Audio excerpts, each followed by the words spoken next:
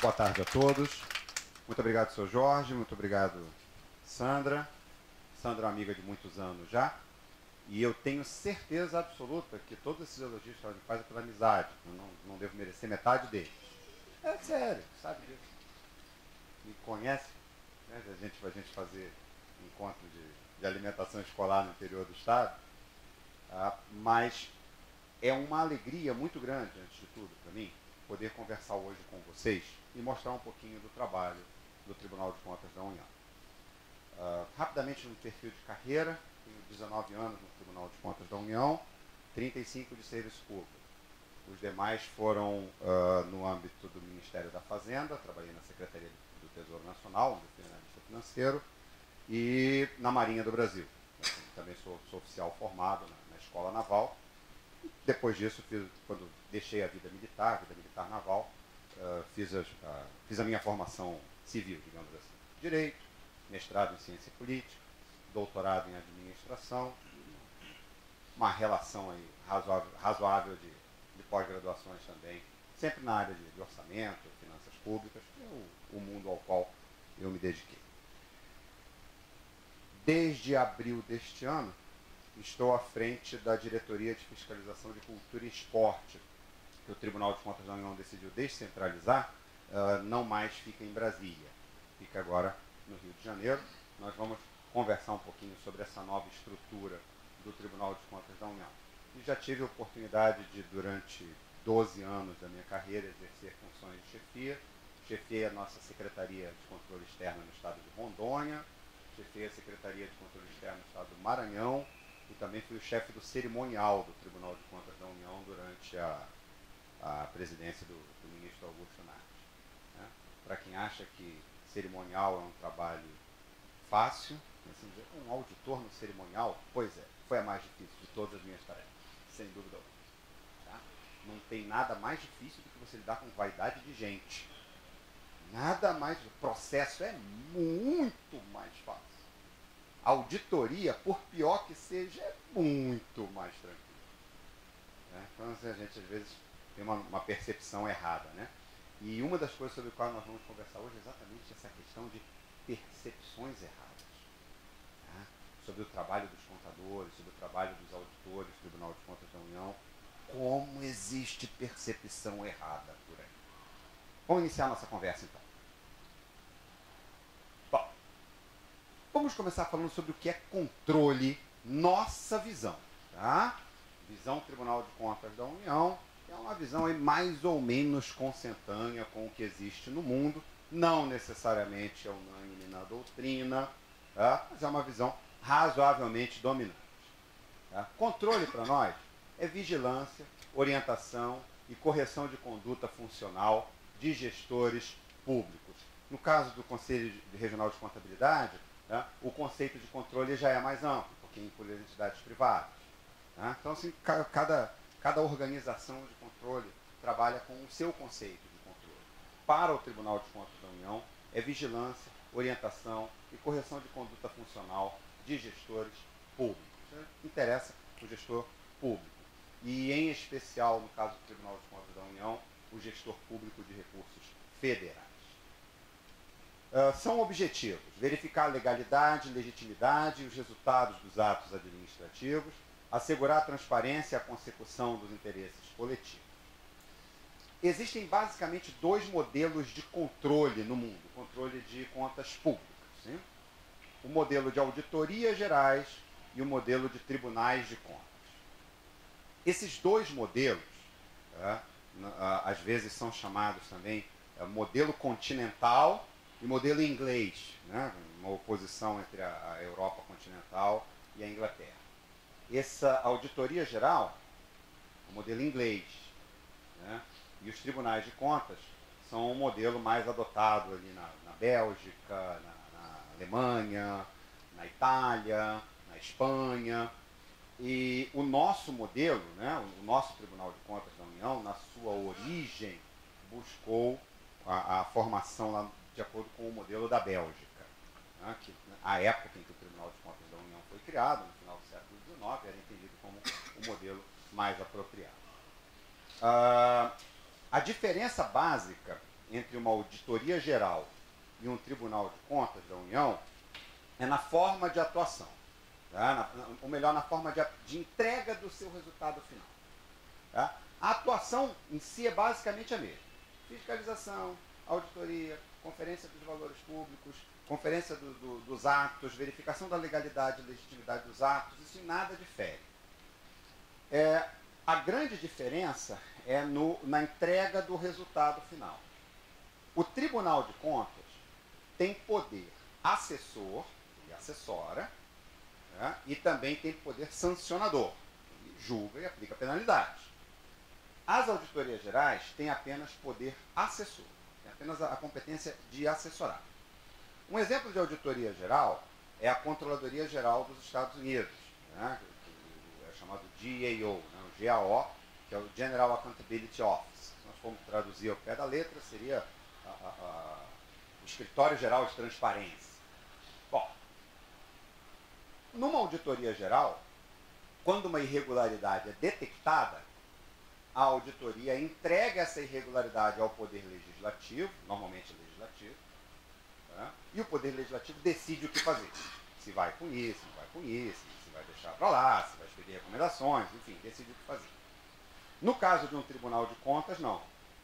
O Tribunal de Contas, ele, quando detecta irregularidade, ele mesmo tem a competência para determinar as providências. Aplicar sanções, determinar correções, recomendar atitudes, enfim. Tá? Essa é a diferença na entrega do resultado geral. Os tribunais de contas decidem e eventualmente aplicam penalidades. As auditorias gerais apenas entregam o resultado de suas auditorias ao Poder Legislativo, para que o Poder Legislativo, na forma do Congresso, normalmente, decida o que fazer. Tá? O nosso Tribunal de Contas da União tem competências bastante mescladas. Existem momentos em que nós somos assessores, existem momentos em que nós somos julgadores e sancionadores, existem momentos em que nós somos consultores. Tá? O rol de competências do Tribunal de Contas da União é bastante extenso. O sistema adotado no Brasil, tá, funciona, tá, tendo, em princípio, o TCU como centro do controle técnico. Mas é importante dizer que o titular de controle no Brasil não é o TCU, é o Congresso Nacional.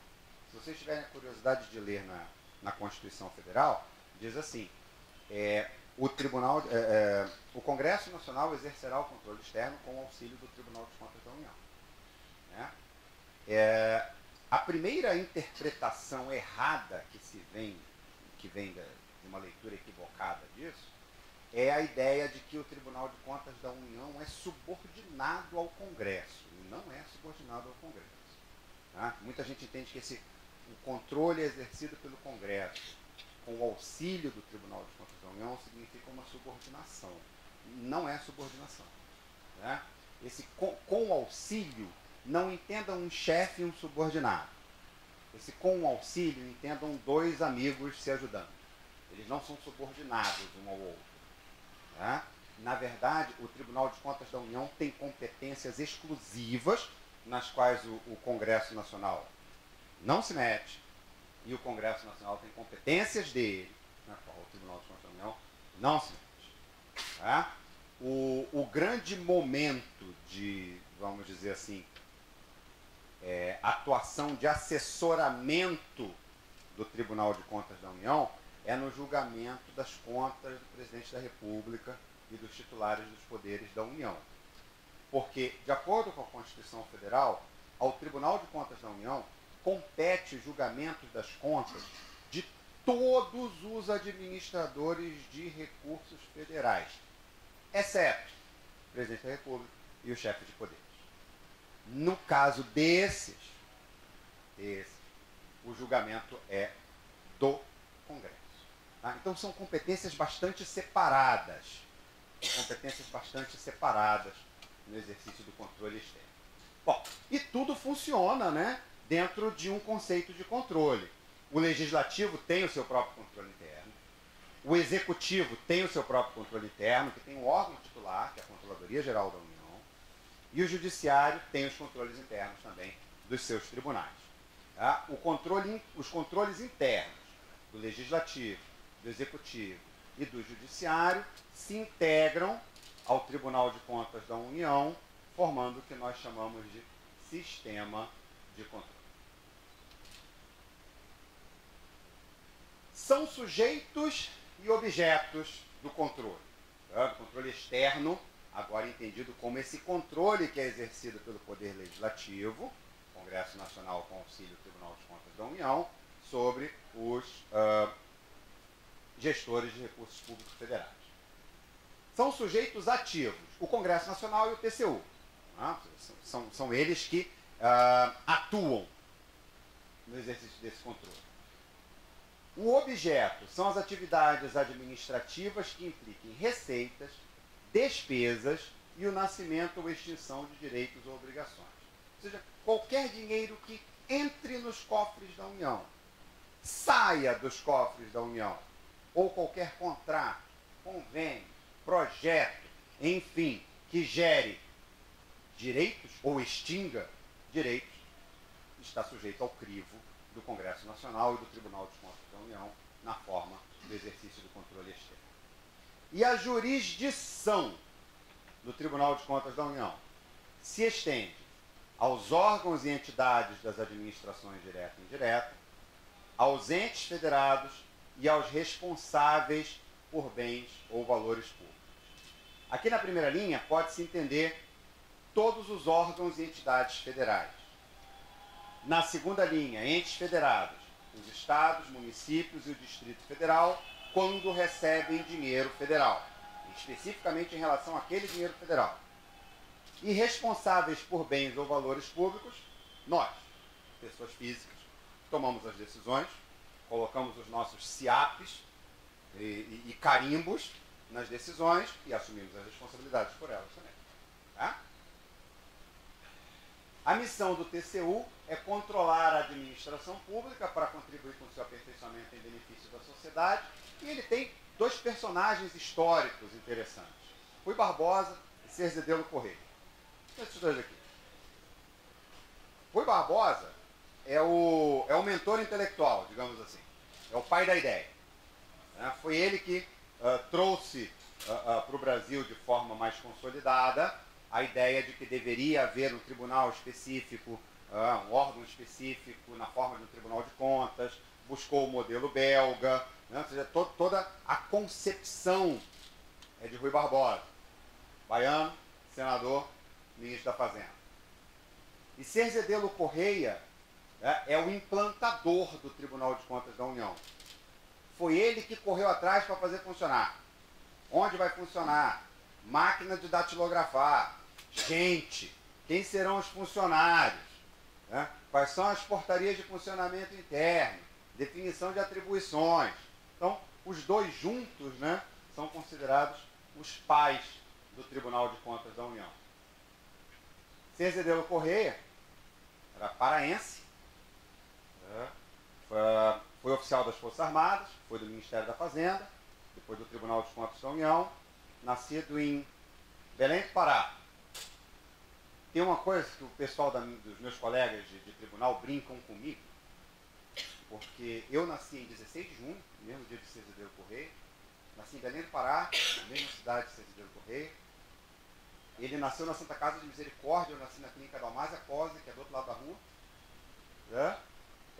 Ele foi oficial das Forças Armadas, eu também, ele foi do Ministério da Fazenda, eu também, ele foi do TCU também. O pessoal brinca dizendo que eu sou a reencarnação, para quem acredita. Tá? O pessoal brinca comigo, dizendo, ô, Cerzedelo, o pessoal brinca comigo, o pessoal me chama. Reencarnação, fantasma, tem um monte de apelido por causa disso aí. Hã? Tem a Avenida Cerzedelo Correia, onde fica o Tribunal de Contas do Estado do Pará, e onde estão sepultados os restos mortais de Cerzedelo Correia. Tá lá. De onde? De que bairro? Ah, esse é bom, é onde fica a Clínica Dalmásia Pose.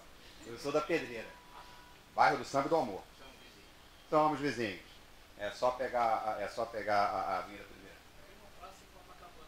Tem sim. O Cerzedelo Correia é porque a gente não valoriza a nossa história, né? O Cerzedelo é um personagem super importante na história do Brasil. O primeiro ato de combate a nepotismo no Brasil veio de Cerzedelo. Né? É uma história super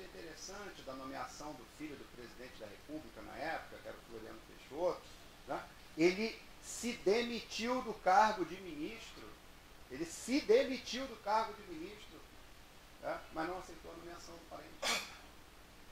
O primeiro ato de combate ao nepotismo. Esse jeitão do Cerzedelo está na alma do TCU até hoje. O TCU é o único órgão do Brasil que não tem cargo comissionado. No TCU você é ministro ou você é concursado. Aí alguém diz assim, ministro é cargo político. Tudo bem, todo ministro é. Qualquer ministro em qualquer lugar do mundo é cargo político. Não tem problema. Mas a estrutura de comando do tribunal, desde o secretário-geral até o protocolista mais humilde, é toda concursada. Isso está na essência do Tribunal de Contas da União, essa questão de combate ao nepotismo. É algo pelo qual nós pugnamos muito. Os marcos históricos são o decreto 966-A, de 1890, que está lá na Fundação Rui Barbosa, na Rua São Clemente, em Botafogo. A previsão constitucional, né, do Tribunal de Contas da União, em 1891, as competências atuais definidas na Constituição Federal e na Lei Orgânica do Tribunal de Contas da União, e a natureza dele, de ser um órgão administrativo, jurisdicional, autônomo e sem jurisdição estrita. O que quer dizer jurisdicional? É que ele julga. Né? Jurisdicional, para quem gosta do latim jurídico, né, vem de iuris dictio, né, dizer o direito, dizer o que é certo e dizer o que é errado. É julgar, basicamente julgar. Né? Não é só o Poder Judiciário que julga, existem outros órgãos que julgam. O Conselho Regional de Contabilidade tem função jurisdicional também. Né? A função jurisdicional não é exclusiva do Poder Judiciário. Ele é autônomo, né, basicamente quer dizer a sua independência em relação a quem ele fiscaliza, e sem jurisdição estrita. Sem jurisdição estrita, ele não é judiciário. Né? Ele pertence ao Poder Legislativo. O tribunal tem uma característica muito interessante. Em 2014, ele foi eleito a melhor instituição pública para se trabalhar, recebendo o prêmio Você S.A. Isso é outra coisa da qual a gente se orgulha muito no Tribunal de Contas da União, que diz respeito à qualidade do nosso corpo técnico e à qualidade do nosso ambiente de trabalho também. A gente não gosta muito de ver o nosso ambiente de trabalho bagunçado, não. A gente gosta de ver as coisas funcionando bem, sem briga, com todo mundo em harmonia. Né? É algo que a gente preza muito no Tribunal de Contas da União. Esse aqui é o ministro Augusto Nath, que era o nosso presidente na época, e os auditores que foram nos representar lá na entrega do prêmio em 2014.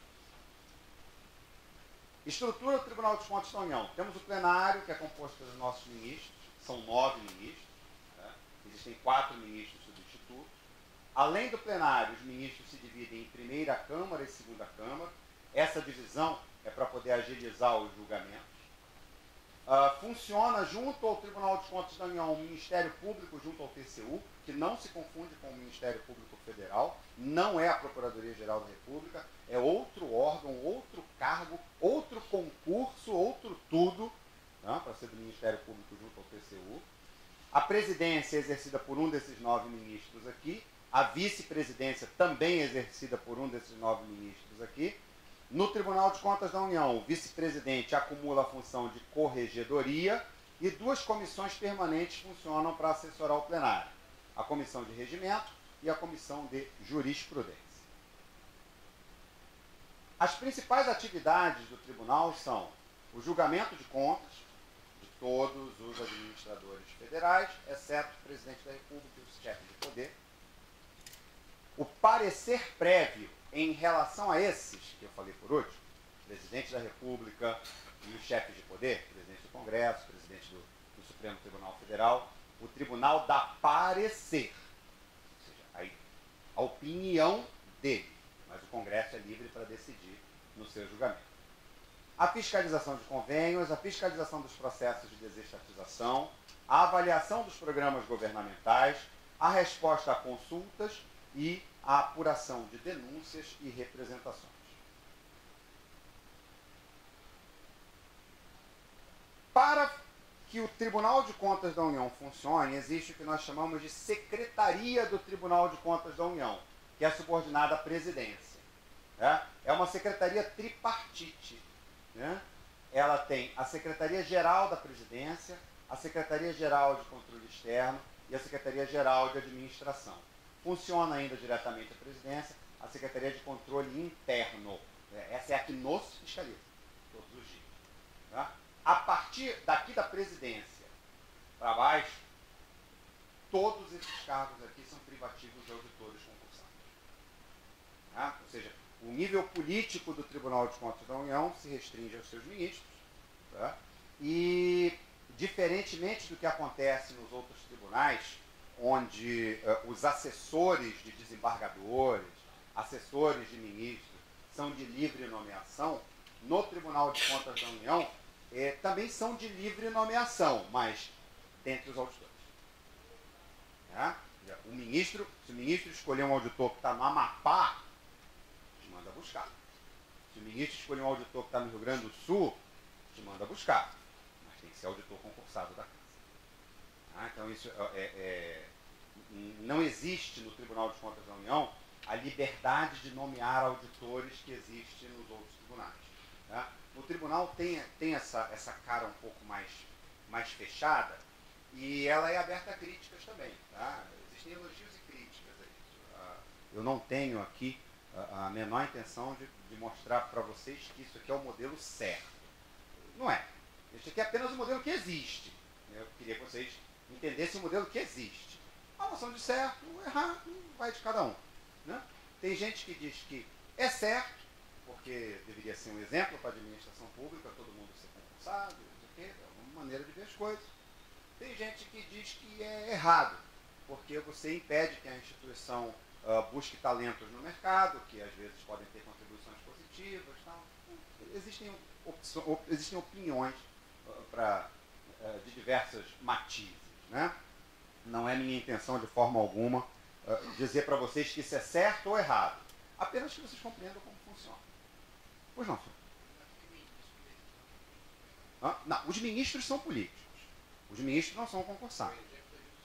Não, tudo bem. Os ministros são políticos. Isso aí, senhor, desculpa, esqueci o nome do senhor.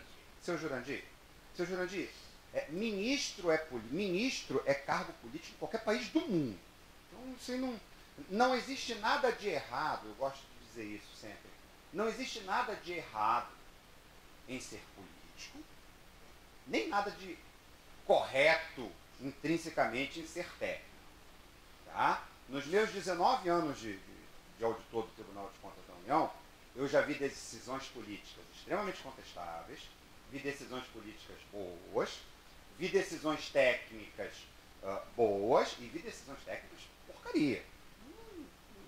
Essa história de que é político é errado, é técnico é certo, isso é uma bipolaridade que não corresponde à verdade. Essa é uma bipolaridade que não corresponde à verdade.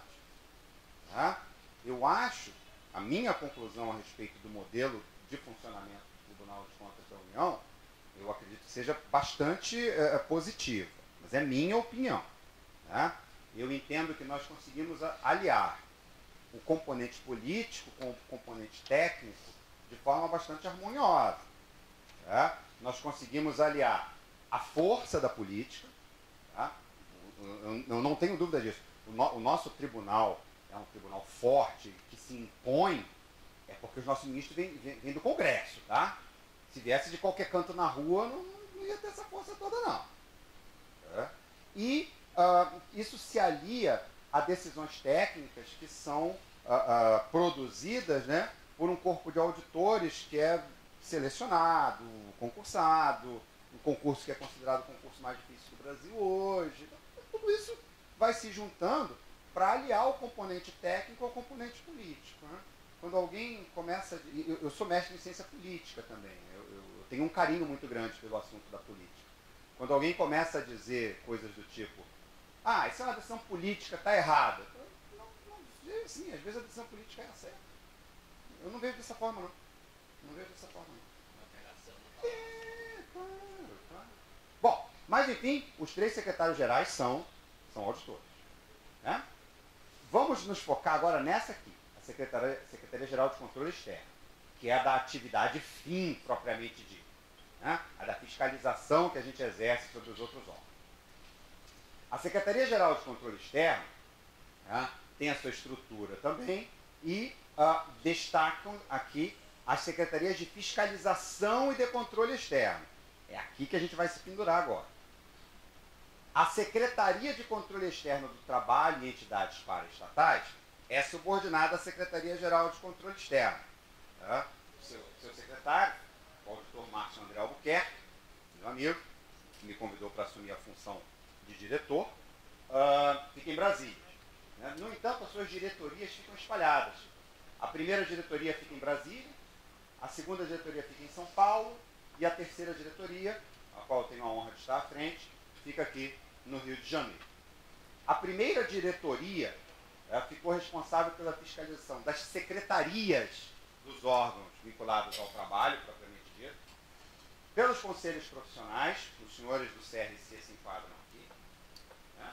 A fiscalização dos senhores do CRC e dos demais conselhos profissionais é vinculada à primeira diretoria, do Brasil, da Fundação Jorge Prat e do FAT, do Fundo de Amparo ao Trabalhador. A segunda diretoria em São Paulo ficou com a fiscalização do Sistema S, os sistemas SESI e Senai, SESC Senac, SESC Senat, o Senar, Aprendizagem Rural, o SESCOP, Cooperativas, e o SEBRAC.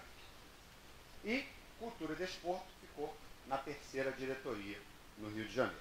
Alguém pode se perguntar, mas o que tem a ver cultura e desporto com trabalho em entidades paraestatais? Tem a ver com o foco que se quer dar. Tá? Tem a ver com o foco que se quer dar. O foco que se quer dar é a de geração de emprego. Tá? O foco que se quer dar a essas atividades de cultura e desporto é um foco voltado para a geração de emprego. A cultura e o desporto já estiveram na Secretaria de Educação, por se entender que faz parte da educação. Tá? Se entendeu agora que há uma nova prioridade, né? Há uma nova prioridade, e a fiscalização da cultura e desporto passou a ser vinculada à Secretaria do Trabalho. Bom, as principais ações relativas à cultura são os julgamentos das contas dos gestores da cultura, uma presença educativa junto aos órgãos e entidades, tá? Aqui estamos nós, o Conselho Regional de Contabilidade é jurisdicionado nosso, tá? A avaliação dos programas da cultura, a fiscalização dos órgãos e entidades, é nesse âmbito aqui que se insere a discussão que está bastante presente na mídia hoje, né, das prestações de contas do setor audiovisual, a fiscalização dos convênios e projetos e a apuração de denúncias e de representações. Nosso endereço em Brasília, tá? Ficamos lá no setor de administração federal sul, bem atrás do Supremo Tribunal Federal, e aqui no Rio de Janeiro, ficamos aqui no edifício do Ministério da Fazenda, bem pertinho aqui. Eu só demorei mais, eu vim a pé, só demorei mais para chegar porque eu tive que me desviar da passeata. Foi um desvio grande. Foi um desvio grande, porque a passeata vinha no sentido contrário, né? Que nem remar contra a maré. Eu tive que desviar, acabei demorando um pouquinho mais para chegar aqui. Nosso e-mail, tá? É o csex-trab, csex trabalho, @tcu.gov.br, e o nosso secretário é o auditor Márcio André Santos Albuquerque. Preferi fazer uma exposição rápida, apenas para dar uma pincelada no que é o TCU, para poder ficar à disposição de vocês. Muito obrigado.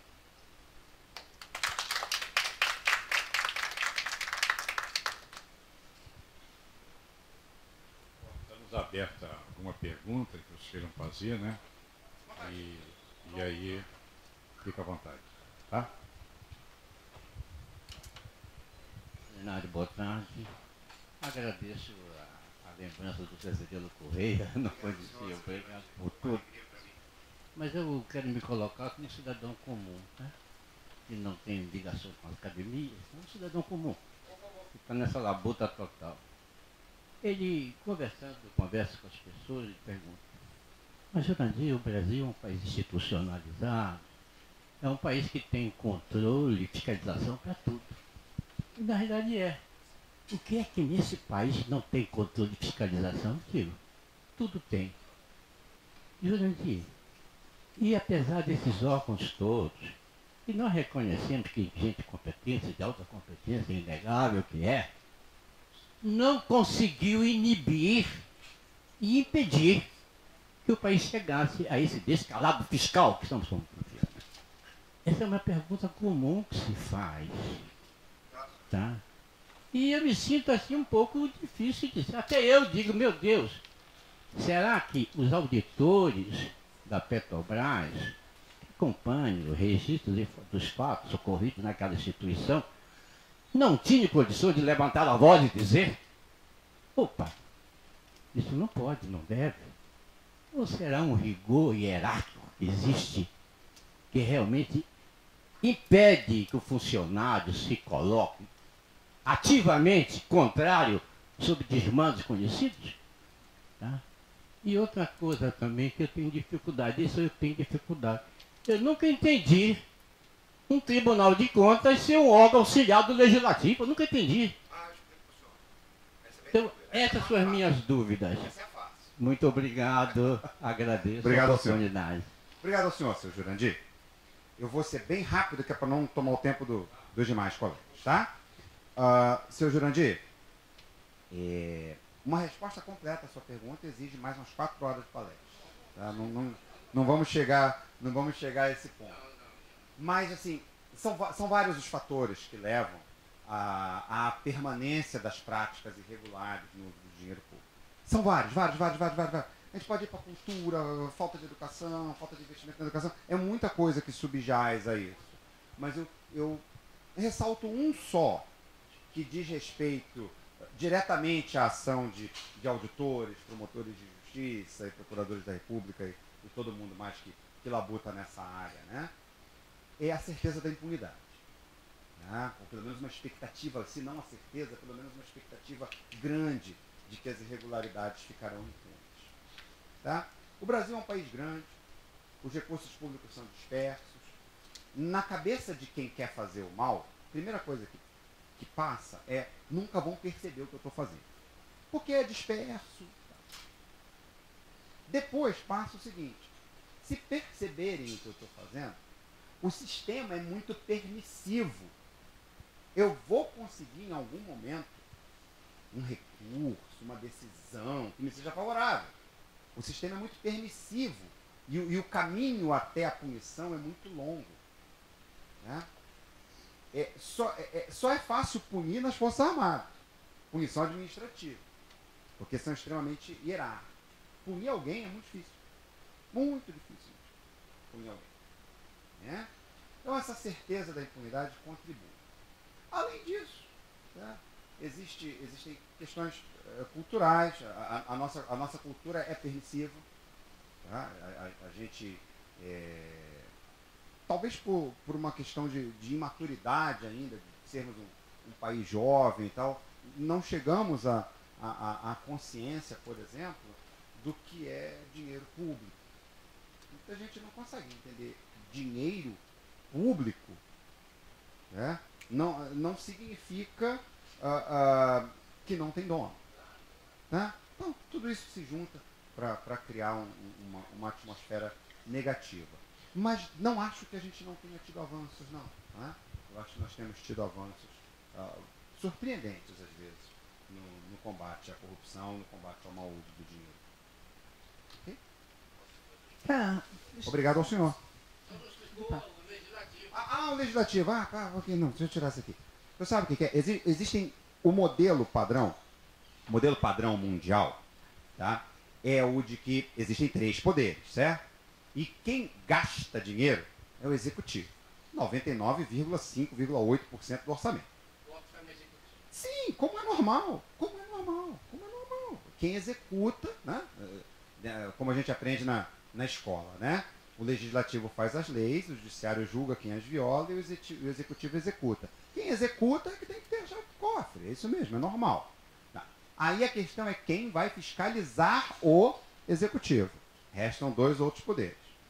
Em alguns países, os exemplos de sala de aula são sempre os mesmos, né? Portugal e Grécia. O Tribunal de Contas pertence ao poder judiciário. Porque se entende, no pensamento desses países, que o Tribunal de Contas é julgador e deve ser judiciário. Já nos outros modelos, que vem a ser a maioria do mundo, né, se entende que a Casa Legislativa, que é a casa que representa todas as diferenças do povo, né, deve ter a palavra final sobre a boa ou má utilização do dinheiro público. Bom, né, e nesse contexto, os órgãos de auditoria acabam se vinculando ou ao legislativo ou ao judiciário. Depende do modelo. Mas ele não pode ficar desvinculado, simplesmente. Ok? Obrigado ao senhor. Quando você mostrou ali que o TCU passou a cultura e o desporto da educação para o trabalho, então ele passa a entender que esse é um mercado gerador de emprego e renda. Exato. Porque... Vamos lá, então. Sandra, sempre entendeu, tá? Sempre entendeu. É uma questão de qual é a prioridade com que se vai tratar. Tá? Durante muito tempo, se vinculou a questão de cultura e desporto à secretaria que fiscaliza a educação. Por se entender que a prioridade, a prioridade no emprego dos recursos públicos destinados à cultura e esporte deveria ser, tá, o suporte às atividades educacionais, a formação do cidadão. Bom, de maneira alguma, isso vai deixar de ocorrer. Tá?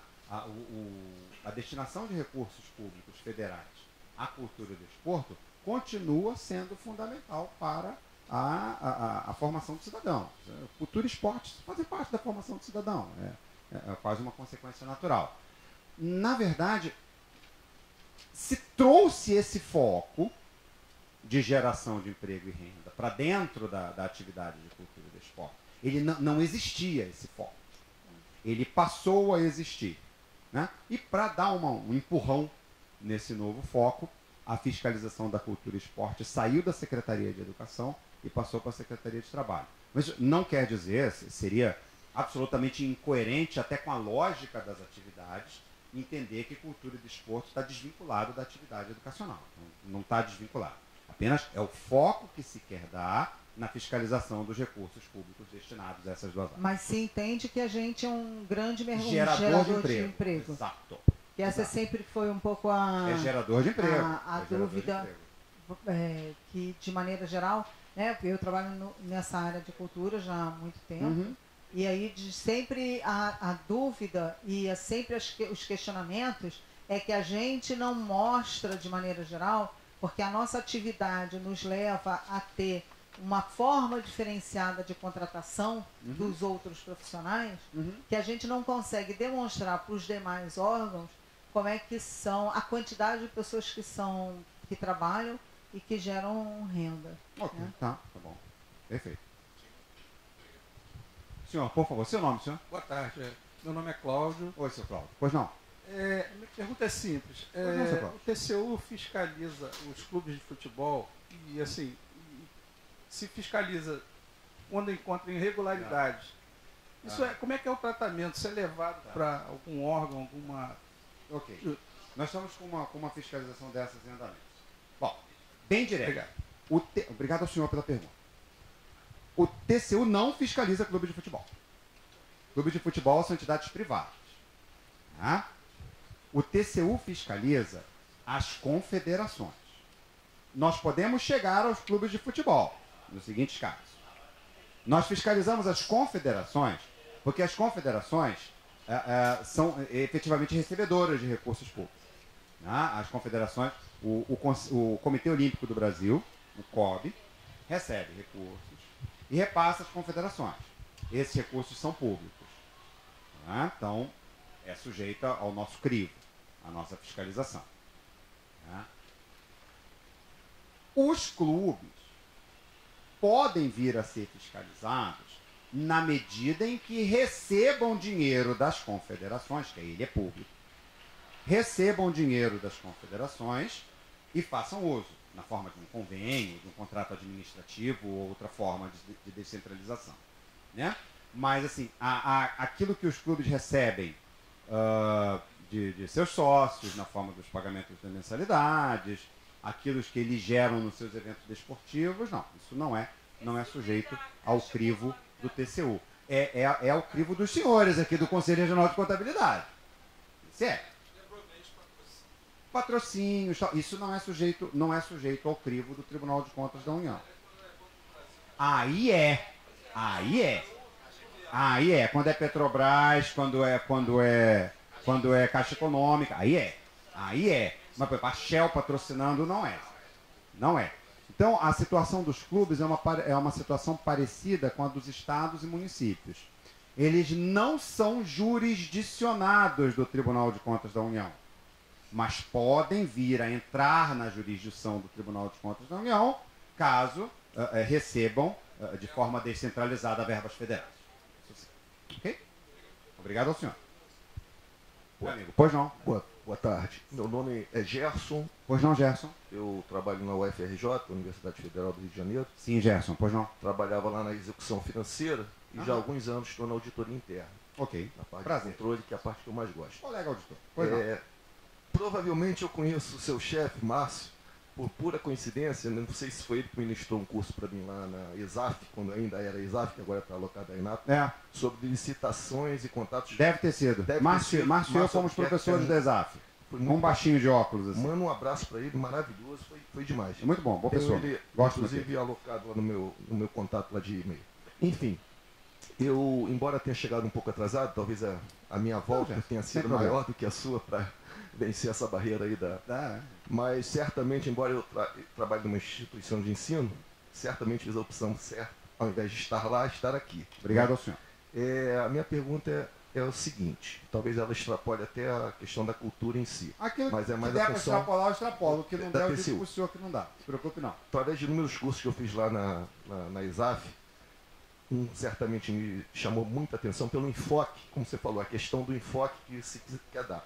Então eu já tinha feito vários concursos a respeito do SICONV, que busca justamente essa aproximação do município com a União na questão da conquista de recursos e tal, mas muitas vezes os prefeitos não sabem utilizar e nem os servidores. Né? Então eu diria que os servidores da União eles devem ser facilitadores nessa aproximação. Okay. Mas naquela oportunidade, né, quem ministrou o curso deu um enfoque muito especial à questão do controle, que geralmente alcança a questão dos números. Né? Então fica limitada a questão da eficiência e da eficácia dos recursos, mas ainda que a efetividade da política pública não seja alcançada lá na ponta. Então, exemplificando, hoje eu participei recentemente de um evento aqui, de uma palestra, aliás eu tenho vindo sempre, né?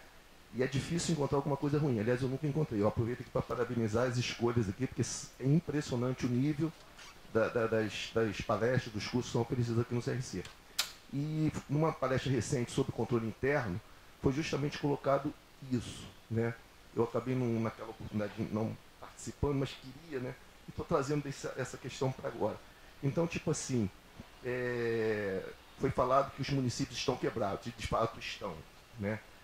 Até porque, muitas vezes, o prefeito ele julga aquilo que ele vai fazer no seu município, não pelo que efetivamente é necessário, e sim pelo que é disponível em termos de orçamento. De repente, precisa se fazer uma escola, mas se ele fizer um hospital, o orçamento que ele tem é maior. Porque hoje tudo vinculado naquela fonte e tal. Então, eu diria, como que o tribunal pode atuar efetivamente, não na fiscalização só de números da eficiência, mas na questão da efetividade da política. Como é que pode se fiscalizar isso? Isso é da discricionalidade do prefeito chegar e fazer, mas na verdade não era bem aquilo que deveria ser feito. É nesse sentido. Perfeito. Obrigado, Gerson. Obrigado pela pergunta.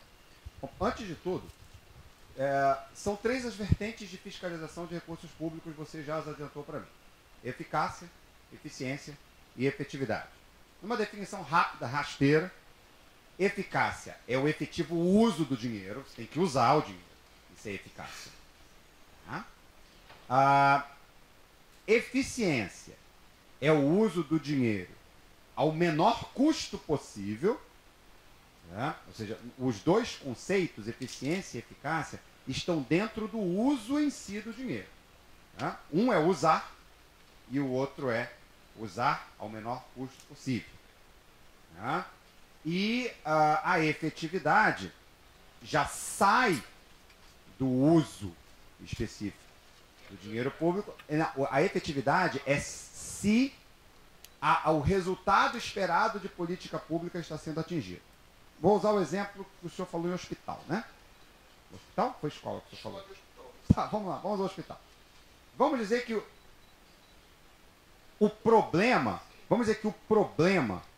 do município seja uma epidemia de sarampo. Vamos mudar o exemplo. Uma epidemia de sarampo. Uma epidemia de sarampo, tá? E a gente tem que debelar essa epidemia de sarampo. Então, o dinheiro público chega lá, ó, ok, combate a epidemia de sarampo. E aí o município faz um programa, um projeto, para combater aquela epidemia de sarampo, tá? Faz, na verdade, o projeto antes de receber os recursos, né? Primeiro ele tem que apresentar o programa, o projeto, depois receber os recursos, ele vai usar os recursos. Então, digamos que o município tenha estabelecido como meta vacinar 10 mil pessoas, vou usar um número aqui completamente hipotético, vacinar 10 mil pessoas, tá? Para com isso erradicar a epidemia de sarampo. Vamos ver o que é eficácia, o que é efetividade, o que é eficiência dentro de cada um. Os conceitos que estão dentro do uso do recurso são eficácia e eficiência.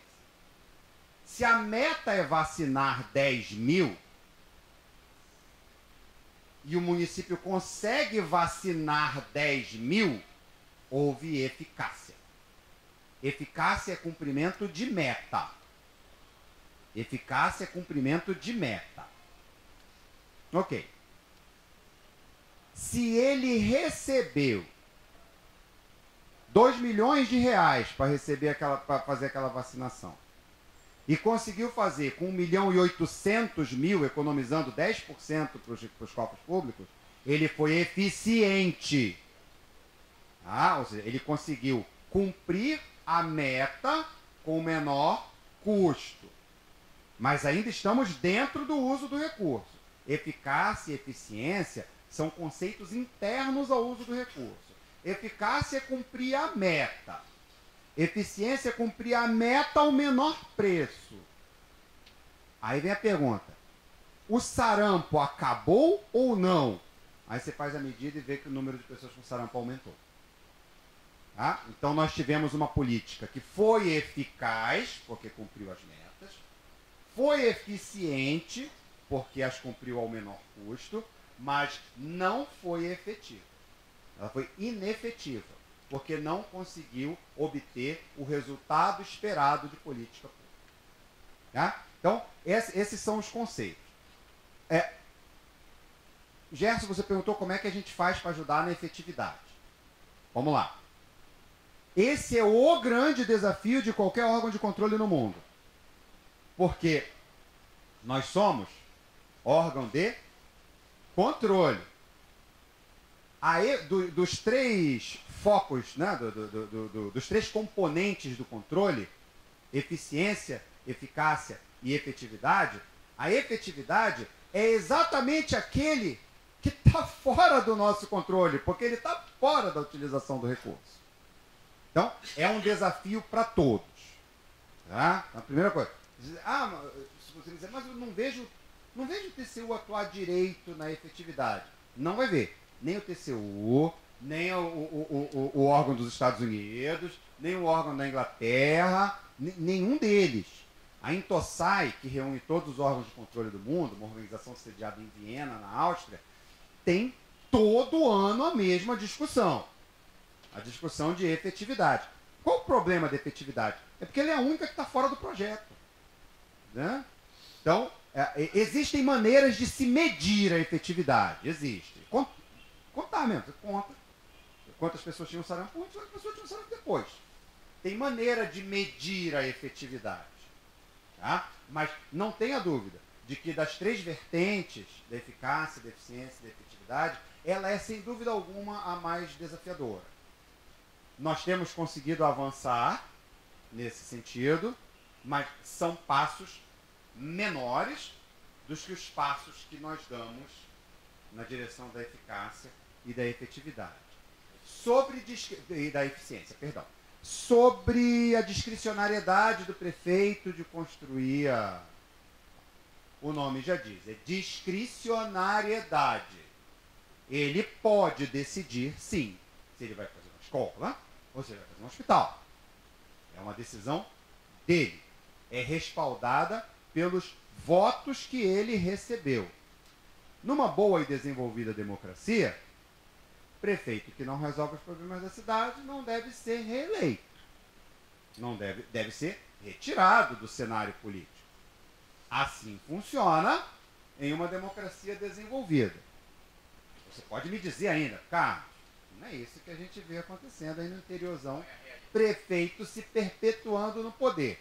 É verdade, concordo com você. Aí eu vou trazer a sua pergunta para o âmbito daquela do seu Jurandir. É muita coisa que subjaz a essa situação. Tem educação, tem cultura, né? É muita coisa que subjaz a essa situação. O que nós buscamos fazer, tá, é incentivar a efetividade. Porque a efetividade depende, na verdade a eficácia e a eficiência também, depende muito mais de quem vai utilizar o recurso do que do órgão controlador. O que o órgão controlador faz é incentivar a efetividade. Existem estímulos positivos e estímulos negativos. Estímulos positivos são: município que se desempenhou bem na política pública recebe mais dinheiro. Isso é um incentivo. E tem um incentivo negativo também, né? Município que se desempenhou mal tem a verba cortada. Também é uma possibilidade. Né? Então, como é que nós atuamos nisso? Mediante incentivos, mediante orientação e tentando cumprir aí com o nosso eterno desafio de alguma forma, medir isso com maior consistência. Ok? Obrigado. Boa tarde. Boa tarde, senhora. Meu nome é Maria Inês, eu sou de Volta Redonda. Pois não, Maria Inês? E trabalho com uma ONG. Pois não, entendeu? Senhora. Eu trabalho com uma ONG e no interior do estado, numa região do Médio Paraíba. Então, quando a gente não manjo nada de contabilidade, entendeu? Mas eu manjo... A senhora trabalha ONG de quê? Educação, é de cultura, esporte, garantia de direitos. Tá, okay. O estatuto é bem amplo. Tá, ok, tá bom. Entendeu? Então, quando a gente trabalha com... Se a senhora dissesse uma ONG de comida, eu ia dizer, eu não saco nada de comida, não manjo nada de comida. Mas também... agora nós estamos ganhando um prêmio agora internacional, terceiro melhor. Nós estamos com três como é que chamam? Nós estamos entre os 3 melhores do mundo com gastronomia de comida quilombola. Nós fizemos o livro A Cozinha dos Quilombos. Que maravilha, hein? E a gente está concorrendo, é tipo um Oscar da literatura. Tá. Manda ver, Maria Inês, qual é a sua pergunta? A minha pergunta é o seguinte, é um questionamento aqui. Então, quando vocês... há quanto tempo a cultura e o esporte foi separado nesse âmbito de fiscalização do TCU, da educação? Do trabalho? Faz um mês. Então, é exatamente isso que eu faz um mês. Queria saber. É um foco novo. É um foco novo. É um foco novo. É um foco novo, um foco muito interessante, porque a gente vai trabalhar a cultura e o esporte, nós trabalhamos com bastante... ela tem toda a sua especificidade. A cultura tem os mestres, ela tem os fazedores de cultura, então é bastante gente que trabalha na informalidade. Claro que sim. E quando a gente pega e coloca a cultura e o esporte dentro de uma área de trabalho, vai vir uma fiscalização bonita em cima de quem trabalha dentro dessas áreas. Eu acho que super importante. Por causa das subvenções, né? As leis de incentivos. Não falta motivo, que são renúncias fiscais, são os fundos, são os conselhos. Então, todos eles têm uma atuação como verba pública que ela entra e realmente é bastante dinheiro que entra no terceiro setor. E não só no terceiro setor, não só na pirâmide social, mas também na pirâmide econômica, né? Então, hoje se fala muito nisso. A nossa prestação de contas, né, que é uma coisa muito complicada para nós, porque nós também temos as nossas especificidades no trabalho, entendeu? Nós trabalhamos com gente que faz manufatura, com pessoal que trabalha de forma bem diferente. Então, quando a gente tem que prestar conta das verbas públicas pela 8666, é muito complicado até o ajuste em várias coisas. Então, a cultura e o esporte há muito tempo vem pedindo esse entendimento da nossa prestação de contas, que a gente nem nunca se recusou a prestar contas de maneira alguma, e nem quer prestar contas só de objeto, de resolução de objeto. Nós queremos que a nossa prestação de contas, né, ela tenha um significado específico para as nossas ações. Claro. E uma outra coisa que muito nos incomoda nessa parte, porque os programas de cultura e de esporte, entendeu? Geralmente eles são programas com duração de 1 ano, 2 anos, 24 meses. E as verbas que chegam, então, são sempre serviços temporários e contratos temporários. E também é uma insegurança muito grande para nós, trabalhadores dessas áreas. Então, a pergunta separando a educação, existindo vários segmentos e atuações diferentes, fruição, circulação, difusão, capacitação, entendeu? São vários pontos que a cultura e o esporte atendem aos cidadãos, além de tudo a formação de cidadania, que é super importante. E a gente também que trabalha em território de vulnerabilidade, que trabalha com o simbólico, o econômico e o cidadão, os 3 eixos, tanto no esporte quanto na cultura. Se já fizeram essa separação, eu gostaria de saber se vocês estão fazendo uma escuta eficiente, eficaz, entendeu? Dos trabalhadores, dos atuantes, dos fazedores dessas áreas, para que a gente possa conversar e levar as nossas aflições quanto a essa recolocação no Tribunal de Contas, que nós estamos ganhando um espaço há um mês digno, que é no trabalho. Ok. Obrigado, senhora. Obrigado, Maria Inês, pela sua pergunta. Sim, a resposta é sim. Tá? A ideia é exatamente dialogar com os interessados em novas bases, tá?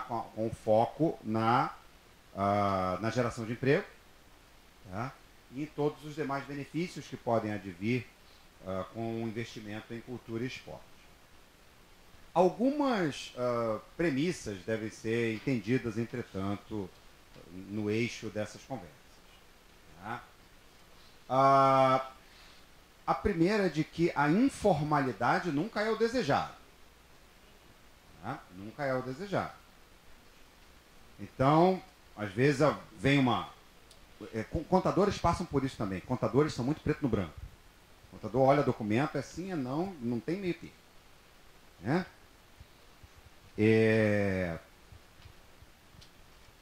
Dizem uma piada interessante, que é a seguinte: qual é a diferença entre um auditor e um terrorista? É que o terrorista tem simpatizantes. O auditor não tem. Ninguém gosta do auditor. Né? Absolutamente ninguém. Né? Então, a informalidade não é o desejado.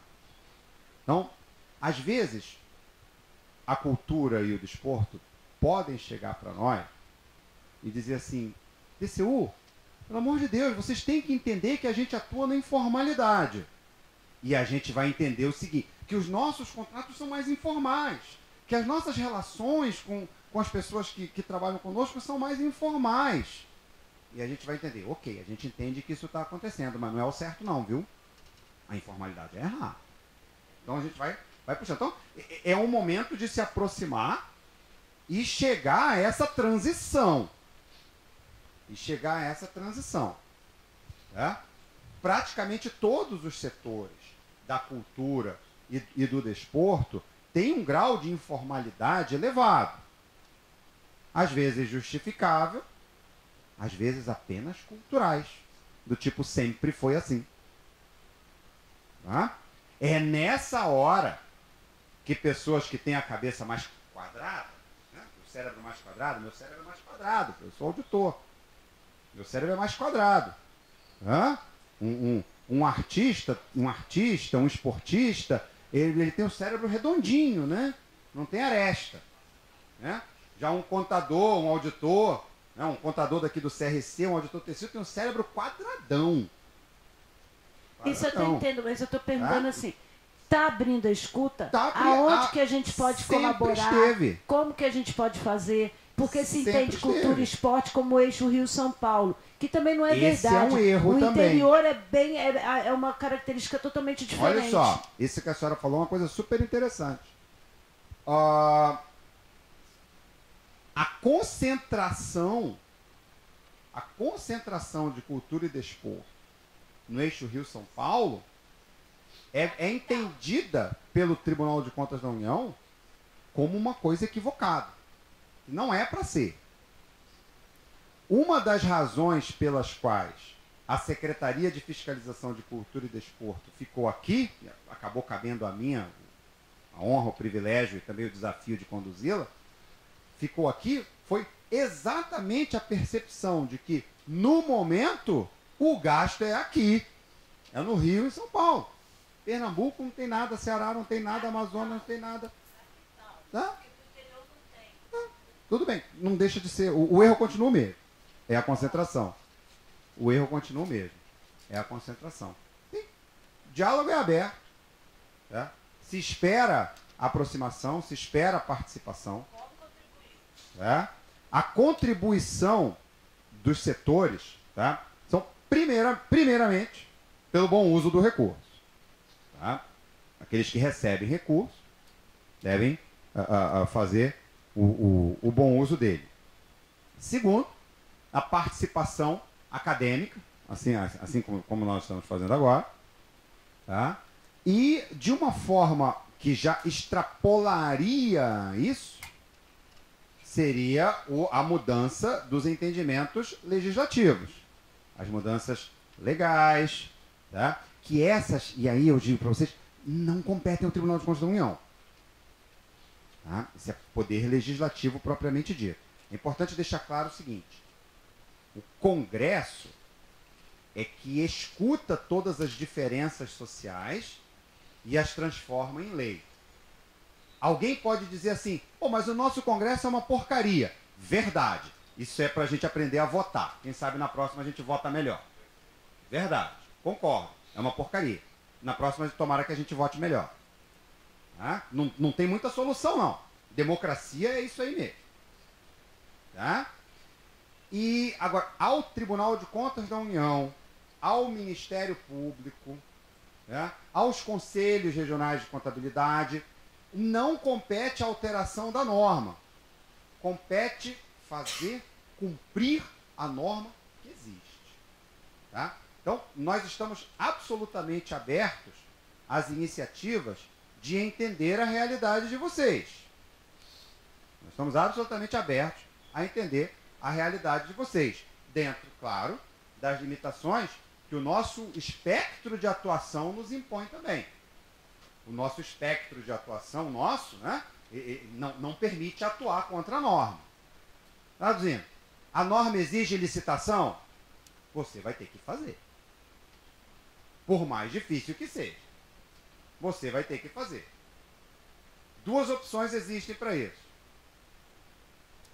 Ou se muda a lei de licitação, é 8666 que você falou, ou você não pega dinheiro público. Existe essa possibilidade também. Mas se você pegar dinheiro público para usar, você tem que cumprir os normativos da administração pública. Tá? Como eu disse, nós estamos sempre abertos a entender a realidade de vocês. Nós temos também os nossos limites de atuação. Tá? Temos também os nossos limites de atuação. Né? Contra a lei nós não podemos ir. Né? Muito ao contrário. Nossa função é fazer cumprir. Tá? Bom, meu nome é Márcia Fernandes. Márcia. Ô, Márcia, tá aqui. Então, para se cumprir o que se exige na política pública, a gente tem um orçamento. Né? O orçamento é aprovado, enfim, o orçamento está aprovado, o Tribunal de Contas, eu gostaria de saber até que ponto o Tribunal de Contas também fiscaliza esse orçamento que não é cumprido dentro das pastas, principalmente esporte e cultura, às vezes nem por causa dos próprios gestores, mas sim temos dinheiro descontingenciado, contingenciado, e aquele orçamento, aquela política pública que foi dita, aprovada na Câmara, no Senado, enfim, na categoria, principalmente a gente está falando de esporte, cultura, ele não foi cumprido. Tudo bem, o órgão fiscalizador é o legislativo. Mas até que ponto o Tribunal de Contas vê no final do mandato de que aquele secretário, de que aquele município, do que o Estado, do prefeito não cumpriu o que foi orçado? Até que ponto cabe o Tribunal de Contas dizer para uma determinada pasta, seja ela cultura e esporte, dizer: o senhor não cumpriu a política pública que deveria estar sendo cumprida com esse X valor destinado? Vai até aí, onde você disse. A gente não aplica punição nele. O orçamento, isso é um modelo legislativo brasileiro, tá? Sim. O orçamento no Brasil não é um orçamento impositivo. Sim. Ele é um orçamento autorizativo. Existem países no mundo que têm orçamento impositivo, né? Sim. Que é aquele que, definida a política pública, existe a obrigação de realizá-la. Sim, igual emenda, impositivo e positivo. Isso. O nosso modelo não é impositivo, é autorizativo. Ou seja, definida uma política pública e refletida essa política pública no orçamento, existe a autorização para realizá-la, não a obrigação. O nosso modelo é esse. Tá? Então, até que ponto vai o Tribunal de Contas? Até o ponto de alertar que a política não foi cumprida. Ponto. O orçamento não é impositivo. Ótimo. Ok? Resposta bem direta, né? Direta. Boa tarde, doutor Carlos. Pois não, senhor. Eu queria saber o papel da CGU e do TCU. Por quê? Eu presidi o sistema, uma das instituições do Sistema S aqui no Estado durante 8 anos. Ok. Tá? E eu era fiscalizado pela CGU. Tá? Então, qual é o papel da CGU e do TCU nessa... Ok. Obrigado ao senhor. Às vezes confunde, né? Quando a gente dá aula de direito, a gente brinca dizendo que é a crise dos US. Né? TCU, CGU, AGU, MPU, SPU, ninguém entende quem faz o quê. Né? Vamos ficar só em dois, só na CGU e no TCU. A CGU, Controladoria Geral da União, é controle interno, subordinado ao Presidente da República. O Tribunal de Contas da União não é subordinado ao Presidente da República, ele é um órgão do Poder Legislativo auxiliado do Congresso Nacional. Então, o posicionamento em duas esferas, tá, dispõe sobre o grau de independência que tem cada um. A CGU cumpre ordem do presidente. O TCU fiscaliza o presidente. Então, é bem diferente. A independência do TCU é muito maior. Por outro lado, a presença da CGU é muito maior, porque ela está dentro do sistema. Ela está dentro do sistema. Ela é controle interno. Como funciona essa relação? Tá? A CGU, dentro do conceito de sistema de controle, a Controladoria Geral da União é entendida como apoio do Tribunal de Contas da União. Normalmente, a CGU, ela vai a campo atuar tendo na cabeça todas as determinações do Tribunal de Contas da União. Né? De certa forma, a CGU acaba sendo preposto do Tribunal de Contas da União no exercício do controle. Mas quem tem, obrigado, senhor, quem tem a palavra final é o Poder Legislativo. Ou seja, o julgamento final de contas é do Tribunal de Contas da União. A CGU, nesse aspecto, é parecerista, assim como nós somos pareceristas para o Congresso no que se refere ao julgamento do Presidente da República. Né? A CGU dá a sua opinião, mas a sua opinião não vincula a decisão do Tribunal de Contas da União. É claro que ela é sempre muito considerada. Afinal de contas, são auditores de alto gabarito também. Tá? Os auditores da CGU são auditores de muito alto gabarito, de elevada capacitação. Tá? É óbvio que a opinião da CGU é muito levada em conta. Mas ela não obriga, não. Ela não obriga, não. Da mesma forma que a decisão do TCU não obriga o Congresso Nacional. Tá? Existe uma sistemática... Obrigado, senhor Jorge. Existe uma sistemática chamada sistemática Fiscobras, fiscalização de obras. E o Tribunal de Contas da União, pela regra, né, pela regra legal constitucional, o Tribunal de Contas da União não paralisa a obra. Quem paralisa a obra é o Congresso. O Congresso é que tem a possibilidade de mandar paralisar uma obra. Tá? Então, todo ano, o Tribunal de Contas da União entrega ao Congresso Nacional a lista de obras irregulares. É grande. Né? É grande. Obra no Brasil é só olhar para ela que a irregularidade está lá. É grande. É grande a lista. O tribunal chega a selecionar. Assim, a gente vai entregar isso aqui desse jeito para o Congresso, os deputados vão ficar loucos. Seleciona aí. Aí a gente seleciona. IGP, IG, sem classificação. Então a gente encontra 10.000 obras irregulares. Aí a gente já separa, a gente classifica as irregularidades. No alto aqui, o pior dos mundos é o IGP, irregularidade grave com paralisação. O tribunal recomenda a paralisação. Aí abaixo tem o IG, irregularidade grave, mas sem o P. Ou seja, não estamos recomendando a paralisação. E abaixo disso tem os demais irregularidades. O tribunal acha 10.000 obras irregulares. Aí classifica 500 com IGP, 1.000 com IG e as outras 8.500 com irregularidades que não são consideradas graves. Aí o Tribunal de Contas da União entrega isso ao Congresso Nacional.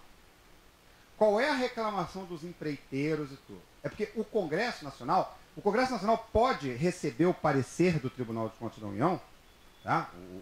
O relatório de obras do Tribunal de Contas da União, dizer assim, ok, TCU, muito obrigado por seu apoio, mas neste ano eu não vou cumprir suas recomendações, não. Pode seguir todas as obras. E tem essa autoridade. É dele. Qual é a reclamação dos empreiteiros?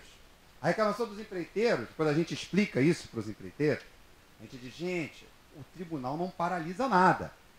O tribunal verifica quais são as irregularidades. Diz quais são as graves, diz quais são as não graves. A decisão é do Congresso. Aí os empreiteiros dizem, mas o Congresso só faz carimbar embaixo o que vocês entregam. Viu como o nosso trabalho é bom? Só isso. Viu como o nosso trabalho é bom? Se fosse ruim, eles não faziam isso.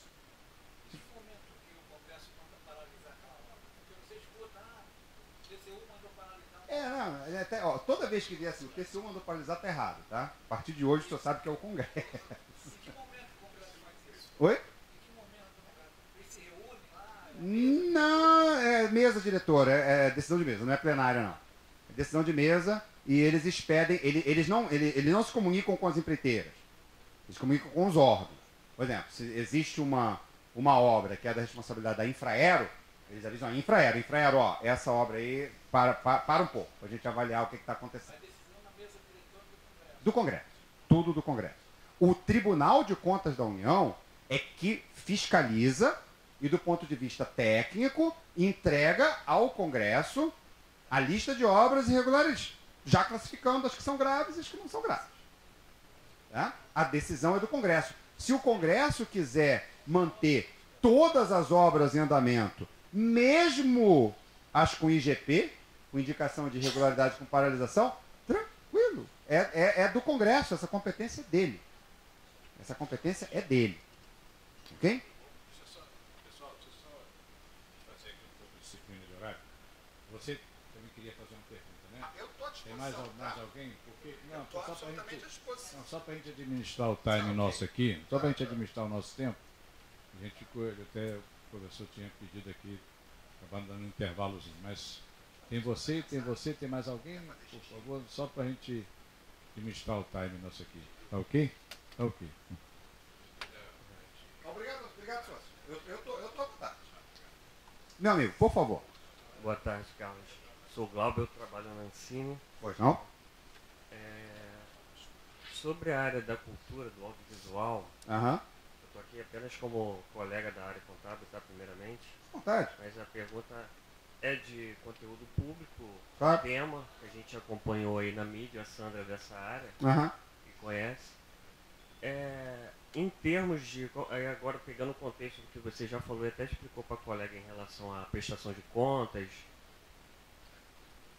Fala, por favor. Até que ponto a atuação do tribunal nas recomendações pode vir a inviabilizar ou a paralisar determinado segmento dessa atividade econômica, já que o foco, como você mesmo colocou hoje, é sobre a geração de emprego. Parênteses, por que eu digo isso? Às vezes você trabalha sobre determinada norma em determinada época. Claro. Surge uma nova política, um novo momento e se reinterpreta aquele movimento que era feito até determinado ponto. E aí surge essa insegurança jurídica. Até que ponto podemos separar isso e começar do novo? Mas uma segunda questão no meio disso tem o próprio segmento, tem a atividade da administração pública que tem o dever de zelar pela correta aplicação dos recursos, tem os servidores ali envolvidos que podem vir a responder pelos seus atos praticados no processo. Inclusive, em alguns acordos que eu acompanho, às vezes, no TCU, eu vejo lá servidores com indicação de punição por desídia, etc, etc. E não percebo assim, mas não entra o mérito de ver que ponto há má-fé. Nesse ponto que eu digo da má-fé é porque algumas posições do tribunal, na minha leitura, são piores ou condenações mais gravosas do que no âmbito judiciário. Porque dali a pessoa vai ter o seu CPF, vai ter sua inscrição e vai ter depois, numa execução do acórdão no âmbito judicial, seus bens penhorados e sofrer ali. Às vezes o servidor e a multa do tribunal, até que eu saiba, hoje está em 50 mil, se eu não me engano, né?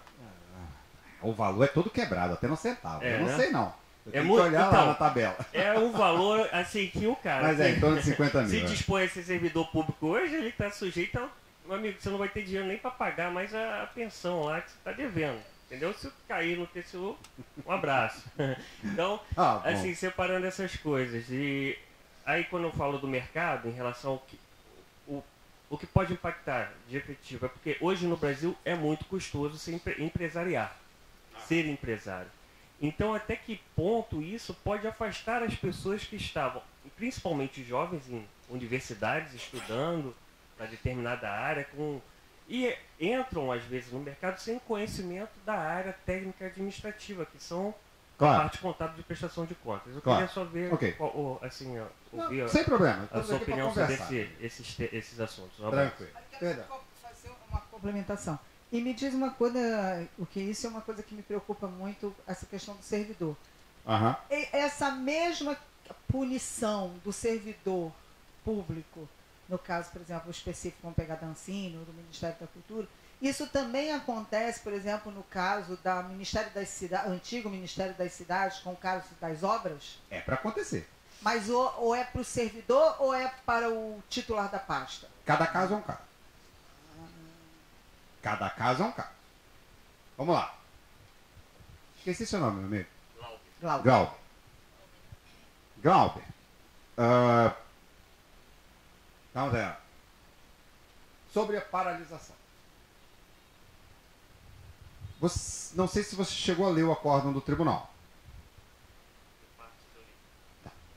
Então você deve ter visto que não tem nenhuma ordem de paralisar nada.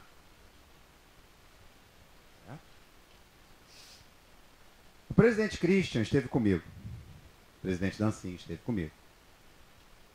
E também esteve o Léo. Léo é um grande amigo meu. Leonardo Ed, do CICAR, presidente do sindicato do audiovisual. E viria aqui hoje. Mandou WhatsApp para mim dizendo que não vinha. Eu vou dar uma bronca nele. Eles estiveram comigo e disseram o seguinte. Cara, o problema é esse item 9.4, que diz que o servidor pode ser punido junto. Tá bom. E aí, os servidores da Ancine simplesmente não estão apertando mais a tecla Enter. Tá? Porque tem medo de serem responsabilizados. E isso paralisou. Eu falei, ok, tá bom. Vamos entender algumas coisas que têm que ser entendidas, Gal. Primeiro, o Tribunal de Contas da União não inovou em nada. Se você é servidor, você sempre pôde, desde que tomou posse no seu cargo, ser responsabilizado pelos seus atos. Sempre. O tribunal apenas disse isso. Algum servidor que não sabia disso estava muito errado no seu conceito. Tá? Qualquer atuação do servidor público é sujeita a punição em caso de irregularidade. Tá? Então, assim, o tal item 9.4 do acórdão, que é o que diz abster-se de novos contratos, não sei o que, aí no final diz assim, lembrando que quem participar da irregularidade, dirigente, servidor, não sei o que, pode ser responsabilizado. Glauber, isso não é nada de novo. Sempre pôde. Sempre pôde. Talvez apenas servidores de Dancinha tenham aberto os olhos para isso agora. E nesse aspecto eu considero super educativo. Tá? Abrir os olhos para a realidade é super educativo. Gente, eu já fui ordenador de despesa. Durante 12 anos. Já paguei todos os meus pecados. Tá? Eu fui auditor de despesa durante 12 anos. Ordenador de despesa durante 12 anos. Tá? O ordenador de despesas dorme com a cabeça na guilhotina. Né? O batente da guilhotina é o travesseiro dele. A lâmina pode descer a qualquer momento. No caso de um servidor que não é ordenador de despesa nem fiscal de contrato, não é tanto assim. Mas ainda assim ele pode ser responsabilizado por todos os atos que praticar. Glauber, o que eu quero dizer é o seguinte, o tal item 9.4 do acórdão 721 do Tribunal de Contas da União, ele não inovou em nada. Ele não criou a possibilidade de o servidor ser punido pelo mau trabalho. Essa possibilidade existe desde a Constituição de 1946. A gente só relembrou. Tá? E nesse aspecto eu considero bastante educativo o posicionamento do acórdão. Bom, paralisação. Não tem ordem de paralisação, mas vamos lá, como reclamou o pessoal do sindicato do audiovisual, eles chegaram para mim, Carlos, pelo amor de Deus, os servidores da Ancine não apertam mais o Enter. Ele usou exatamente essa expressão. Não apertam mais o Enter. Parou, ninguém libera mais nada. Isso é um entendimento. Tá bom? Tá ok? Está tentando resolver pelos embargos para esclarecer. Né? Existe o seu caminho jurisdicional para se chegar a um nivelamento sobre o que é o quê. Mas são premissas dessa conversa, Glauber. A responsabilidade do servidor sempre existiu. Ela nunca foi mitigada. Não, ela não é nenhuma novidade. Tá? Quem não quer ser responsabilizado pelo uso de dinheiro público do qual dispõe, e faz um concurso para ser servidor público, talvez esteja ingressando na profissão errada. Deveria procurar outra profissão. Tá? Mas isso vale só para o ordenador de despesa? Não. O que eu disse aqui, o ordenador de despesa é sempre. O que acontecer de errado, não interessa se ele estava dormindo, se foi de noite, não interessa. O que acontecer é culpa dele.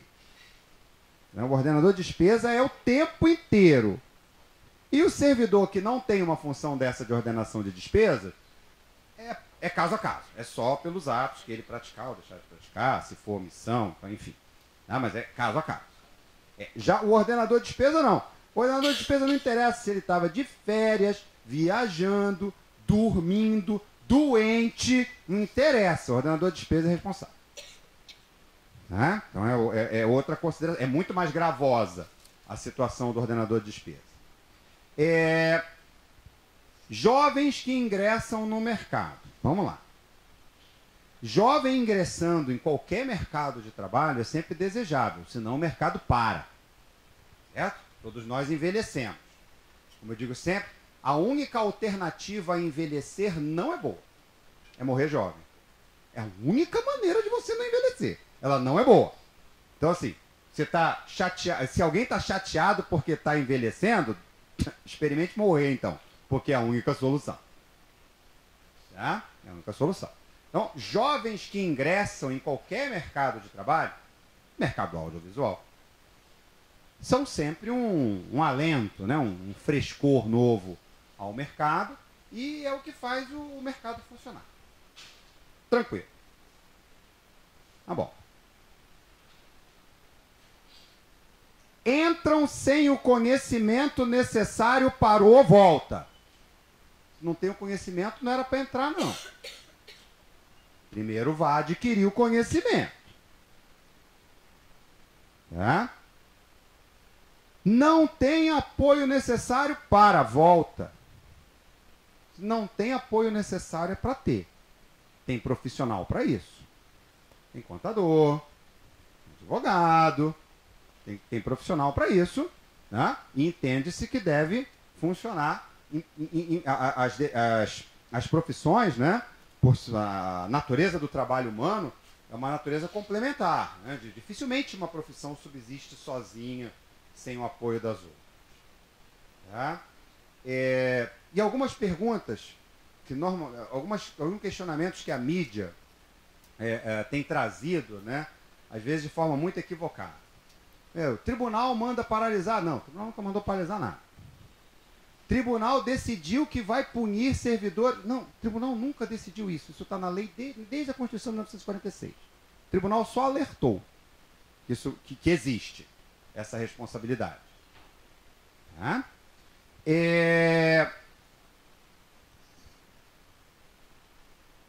Tribunal reclama que 3.300 prestações de contas estão em atraso. Puxa vida, alguém viu alguma coisa de correto nisso? É claro que o tribunal reclamou. É óbvio. Tribunal de Contas da União disse que 3.300 prestações de contas têm que ser analisadas. Disse mesmo, fui eu que escrevi isso no relatório. Aliás, você está falando com um cara que fez a auditoria. Tá? Fui eu que escrevi o relatório. Disse mesmo. Bem, tem alguma coisa errada?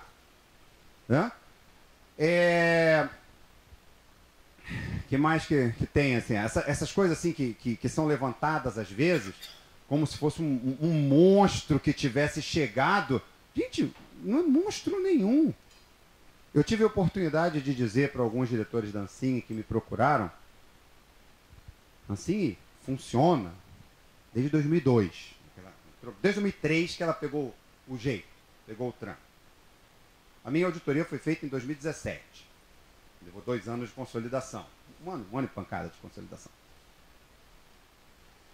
Eu falei, sabe por que vocês estão com 3.300 prestações de contas em passivo atraso? Porque faz 14 anos que vocês não fazem o que tinham que fazer, gente. Aí agora vocês querem botar a conta no Tribunal de Contas da União. Quer dizer que o tribunal é mau. Gente, faz 14 anos que vocês não trabalham como tinham que trabalhar. E o tribunal é mau, malvado, carrasco. Não é não, gente. Não é não. De jeito nenhum. Tribunal quer destruir o setor audiovisual? De jeito nenhum. Nunca. Os recursos do dinheiro da Ancine gera 25 bilhões de movimento, gera não sei quantos mil empregos. Eu não sei disso. Você não sabe disso. Ninguém sabe disso. E qualquer um que disser que sabe não está dizendo a verdade. Como é que você vai dizer qual é o resultado do dinheiro se você nunca analisou as prestações de contas? Você não sabe o que foi feito. Não? Então, quando começa essas coisas na imprensa, é porque o Tribunal de Contas da União é uma postura do TCU, ele não bate boca na imprensa. Não bate boca na imprensa. Deixa a imprensa falar. A que eu mais achei legal foi a que disse... Teve uma que disse assim, foi sensacional. Eu rolei de rir. Foi a que disse assim, os auditores do Tribunal de Contas da União precisam ser catequizados. Que maravilha! Agora eu sou um índio tupi, né? Esperando os jesuítas chegarem para eu enxergar o Deus do audiovisual. Né? Pô, pelo amor de Deus. É pra morrer de rir. Gente, assim, o troço tomou uma proporção gigantesca com coisas que não deviam ser novidade para ninguém. 3.300 prestações de contas em atraso é errado. Tem alguma coisa que não dá para entender nisso?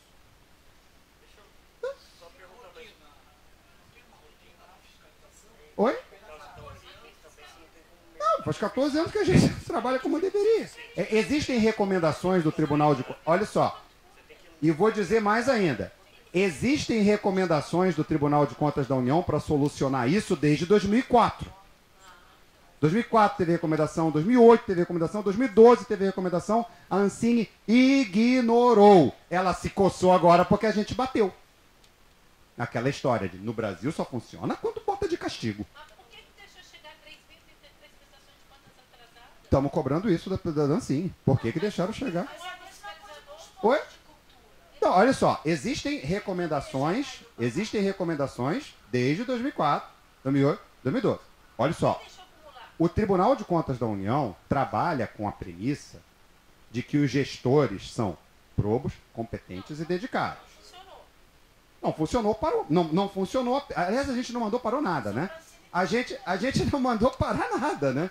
A gente só disse que tem que analisar as prestações de contas. Só isso. Fale, meu amigo. Fale, Galber. Sobre a origem, assim, porque diferente de convênio, você tem um ciclo de recurso vem direto do orçamento fiscal da Seguridade. Sim. Projetado, planejado e por etapas é cumprido. Claro. Quando se fala de captação de incentivos, eu percebo que tentar colocar, assim, na mesma estrutura de prestação, porque às vezes o cara tem que ir ao mercado e tentar conseguir um patrocinador, às vezes ele demora mais tempo em conseguir o patrocínio do que para prestar Glauber, a gente é plenamente consciente disso. E é por isso que a gente não fez nenhuma observação acerca da captação de recursos. Exatamente porque a gente sabe que é diferente. A nossa reclamação é 3.300 prestações de contas em atraso. É só isso a reclamação. É só essa a reclamação. Mas se o mecanismo do coisa vem também porque o... Pois não. Sim, fale. Aham. O que eu estou dizendo é o seguinte, o sistema é lá. O Sincopo você insere, você tem a meta cumprida, isso vai para frente quando dá a prova, os pagamentos entrou, a BTV. Ok. Fechou aquele convênio. Aí ninguém fiscaliza, aí ele já está com o segundo. Não fiscaliza, porque está com 3.033 prestações de contas atrasadas. Vamos lá, entende uma coisa.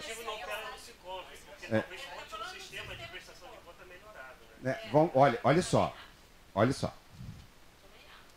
A responsabilidade de tomar contas é do órgão repassador.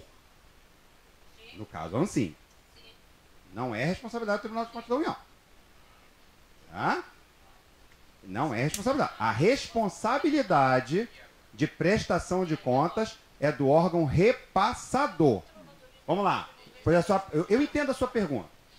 Por que o tribunal demorou tanto para dar esse aperto? Talvez seja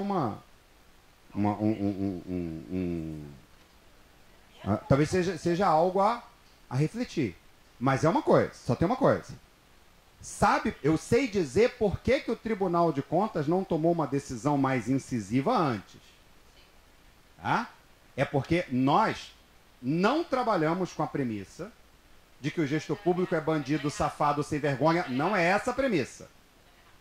A premissa é que o gestor público é uma pessoa competente, honesta e profissional. Mas não diga isso. Não diga isso. Não, e além disso, né, Carlos, foi feito um plano de ação quando houve a primeira recomendação em 2012, foi feito um plano de ação. 12 não. Plano de ação, o primeiro que foi apresentado foi no final de 2018. Tem nada a ver. Primeiro plano de ação é do final de 2018. Mas 2012, quando houve a primeira recomendação? Não, a primeira recomendação foi em 2004. 2004, a Ancine não fez nada. Aí veio em 2008, a Ancine não fez nada. Aí vem em 2012, a Ancine não fez nada. Aí a gente foi em 2017. Vem cá, não vão fazer nada, não? Aí a gente apertou um pouco mais. Porque 2004 eu tinha o problema da... apertou um pouco mais. 2000... Já está gerando esse salto todo. Olha que a gente nem... Eu nem fui a fundo na auditoria. Eu ainda vou ir a fundo. Porque 2004 ela ainda tem, na verdade, 2004 é o passivo do Ministério da Cultura, né? Porque 2004 ela ainda não estava, ela estava começando a atividade. Não, aí é que tá. Veja bem, ela funciona desde 2002. Sim. E nós entendemos que os 2, 3 primeiros anos de funcionamento era para trabalhar com o passivo do Ministério da Cultura. E exatamente por isso é que a primeira recomendação foi em 2004.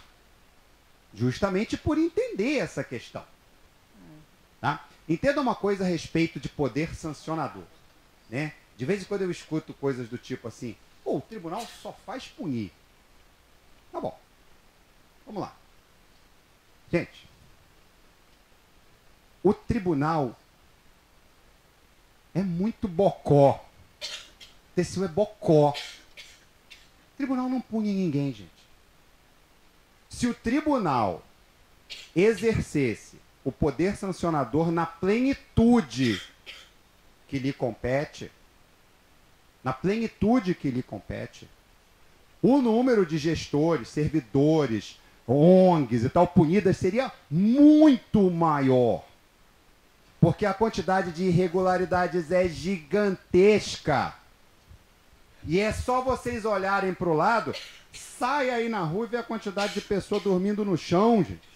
Isso é resultado de política pública ruim.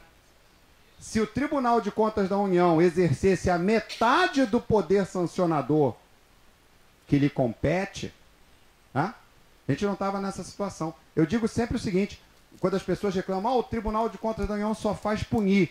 E faz mal, era para punir muito mais. Era para punir muito mais. Tá bom, até concordo com a senhora. Era para punir muito mais. Fala, querida. Pois não. Daniele, eu queria, pensando nisso tudo, uma das Perdi atividades... seu nome. Daniele. Daniele, pois não, Daniele. De onde, Daniele? Eu trabalho com produção cultural. Produção cultural, ok. Perfeito, querida, perfeito. Uma das atividades do tribunal, e agora com as atribuições junto do trabalho e emprego, é capacitação. Sim. Dentro das normas da lei de incentivo da cultura, e deve existir em outras, tem processos de advertência em diferentes níveis até o executor, lá o proponente, ficar impedido de usar. Perfeito. Na atualização da lei de incentivo, existe uma orientação para distribuição maior no território, e a gente sabe que tanto em Rio e São Paulo, quanto que tem as maiores concentrações, e pessoas com mais experiência em executar, tem problemas na execução, muitas vezes não por má fé, mas por desconhecimento, como você falou, desconhecimento técnico. De que maneira o tribunal pensa em mapear esses problemas ou identificar esses problemas de execução e encaminhar ao Ministério da Cultura que esses processos de Ministério da Cultura foi extinto. Desculpa, Ministério da Cidadania, Secretaria de Cultura, é o hábito. Que sejam feitos dentro dos processos de advertência obrigatoriedade, como por exemplo no Detran, você recebe uma advertência, chega a um nível tal que você precisa passar por processo de capacitação e mostrar que você tem condição de fazer aquilo. Porque simplesmente distribuir a possibilidade, tem lá, um MEI tem um potencial de captar e executar, e será que ele vai ter de fato expertise técnica nessas áreas todas e conhecimento de legislação, de decretos específicos para contratação de pessoal, contratação de certos tipos de serviço, que não é simples para uma instituição pequena ou para um profissional individual executar volumes de recursos como os que estão disponíveis. E a gente sabe que nas regiões com a maior concentração, teoricamente mais experiência, muitos dos problemas de execução são por desconhecimento técnico e por não ter essa aproximação e esse processo de capacitação, esse processo pedagógico, de identificar o problema e falar, olha só, você tecnicamente fica impedido até você me mostrar que você consegue de fato executar isso. E isso eu sei que não é do Tribunal de Contas, mas uma orientação para a Secretaria. Vamos lá. A nossa atuação, nesse caso da CIN, foi exatamente isso. Você não fecha novos projetos até me demonstrar que tem capacidade de fiscalizar. Isso aí. Exatamente isso. Tá bom, vamos para a ponta. A regra em relação à ponta é diferente. Tá? A regra em relação à ponta é a seguinte, e a gente vai começar a apertar um pouco mais a Secretaria de Cultura com isso. Tá? A Secretaria de Cultura, a Ancine, a Fundação Rui Barbosa, a Funarte, enfim, todos os órgãos e entidades da cultura, tá? Isso é norma antiga, não é de hoje, é 1964, Lei 4.320. Tá?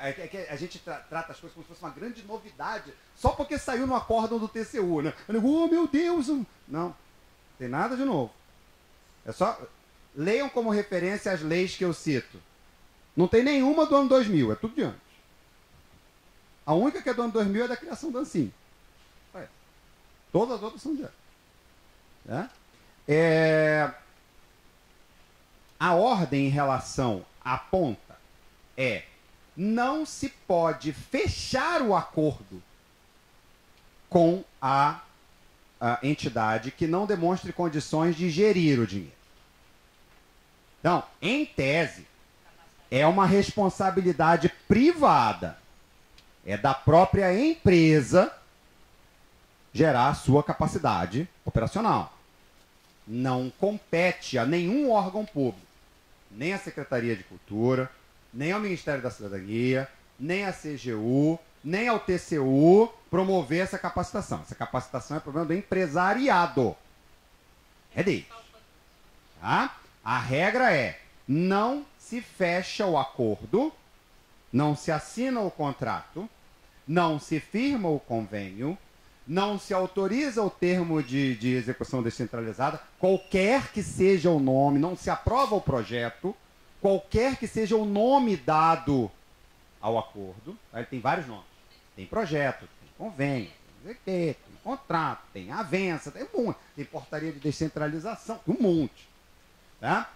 A regra em relação à ponta é: não se transfere dinheiro a quem não demonstre ter condições de gerenciar aquele dinheiro. Porque a responsabilidade de saber gerenciar é da ponta. Aí você me pergunta, que maldade do TCU, podia ajudar a gente um pouquinho mais. Tá ok. A ajuda nossa é em orientação. É isso. É seminário, é bate-papo, é esclarecimento acerca das nossas decisões, tá? Mas, eventualmente, né, pode acontecer também, para mim seria um grande prazer, participar de eventos de capacitação. Também é possível. Mas Daniele, assim, entenda uma coisa, isso é apoio. A obrigação é do setor privado. A obrigação de ter capacidade gerencial é de quem pede o dinheiro para a União. É esse que tem a obrigação de capacidade gerencial. Tá? Se mete, Marilene, se mete. Aqui a conversa é para todo mundo. Porque eu trabalhei como parecerista no antigo Ministério da Cultura por 4 anos. Então, fala. A primeira coisa é uma análise visual. Bota aqui, querida. Bota aqui. A primeira coisa que se faz é uma análise visual documental e estudo dos currículos que são enviados. E a gente, como parecerista, você dá informação, mas eu checo, a gente checa.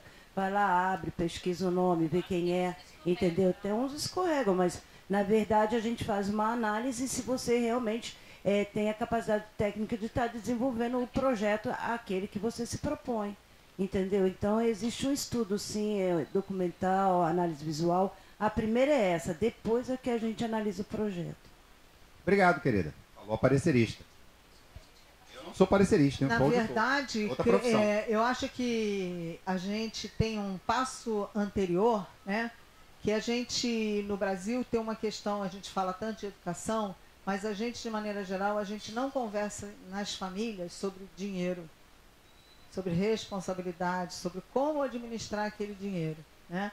Então, assim, quando a gente ensina para a criança, assim, fica quietinho aí que eu te dou uma bala, a gente já está ensinando errado. Então, você dá o dinheiro, assim, ela fala que não é aniversário dela, não é nada, mas você dá. Ela fala, eu quero aquele brinquedo que você dá, você deu. Então, essa questão de responsabilidade, de questão de dinheiro, é uma coisa que a gente não faz de maneira geral nas casas, né? E aí, quando a pessoa pega um recurso desse para administrar, ela não sabe. Eu canso de perguntar para as pessoas o seguinte: você olha o seu extrato bancário? Você vê lá se foi quanto que foi cobrado, né, de tarifa, se o cheque que você deu, se o dinheiro que você, o cartão que você passou do débito lá viu. Então, assim, quando essa questão da capacitação, a gente até no conselho aqui tem feito algumas capacitações de educação financeira, é exatamente para chamar a atenção da sociedade que a gente tem que voltar um passo atrás. Se você não sabe administrar o seu dinheiro, como é que você vai pegar 1 milhão... Não, hoje a lei está clara. A gente, como produtor cultural, a gente também não quer o contador e não quer o jurídico. Hoje a lei é obrigada, você é obrigado a prever o contador e o advogado. Mas olha só, mas aí temos uma questão. Você é obrigado a colocar, mas não é obrigado a contratar. E aí é que a gente tem reclamado muito. Porque aí depois vira e fala assim: ah, mas deu errado. Previsto a rúbrica de lá, e se foi previsto lá o contador e você tem lá 20 mil reais, você não gastou, pediu remanejamento para a secretaria automaticamente vai dizer para você: não, teu funcionário Não, a lei não diz isso, porque ela entende. Mas a secretaria faz. Não, ela faz uma recomendação que você não deveria devolver, tirar o dinheiro todo para aquilo. Mas ela não te obriga. Autoriza ou não autoriza. Mas aí, assim, até onde a gente tem visto, não tem. Você pode então não pagar, porque ela nessa instrução normativa nova, inclusive, ela fala lá que você tem que prever, mas que você pode, inclusive, usar o seu próprio serviço e não remunerar pelo projeto. Está bem claro. A instrução normativa nova da Lei Rouanet. Então, assim, por quê? Porque ela entende que se a gente faz uma obrigatoriedade, a gente, enquanto profissional da contabilidade, a gente quer uma reserva de mercado. E a OAB também falou: então tá, vamos botar lá, a gente chancela, mas não obrigatoriedade de pagar. O que deveria era ter a obrigatoriedade de ter um profissional responsável, né? Tanto pelo acompanhamento quanto pela prestação de contas. Gente, a gente precisa encerrar, desculpa.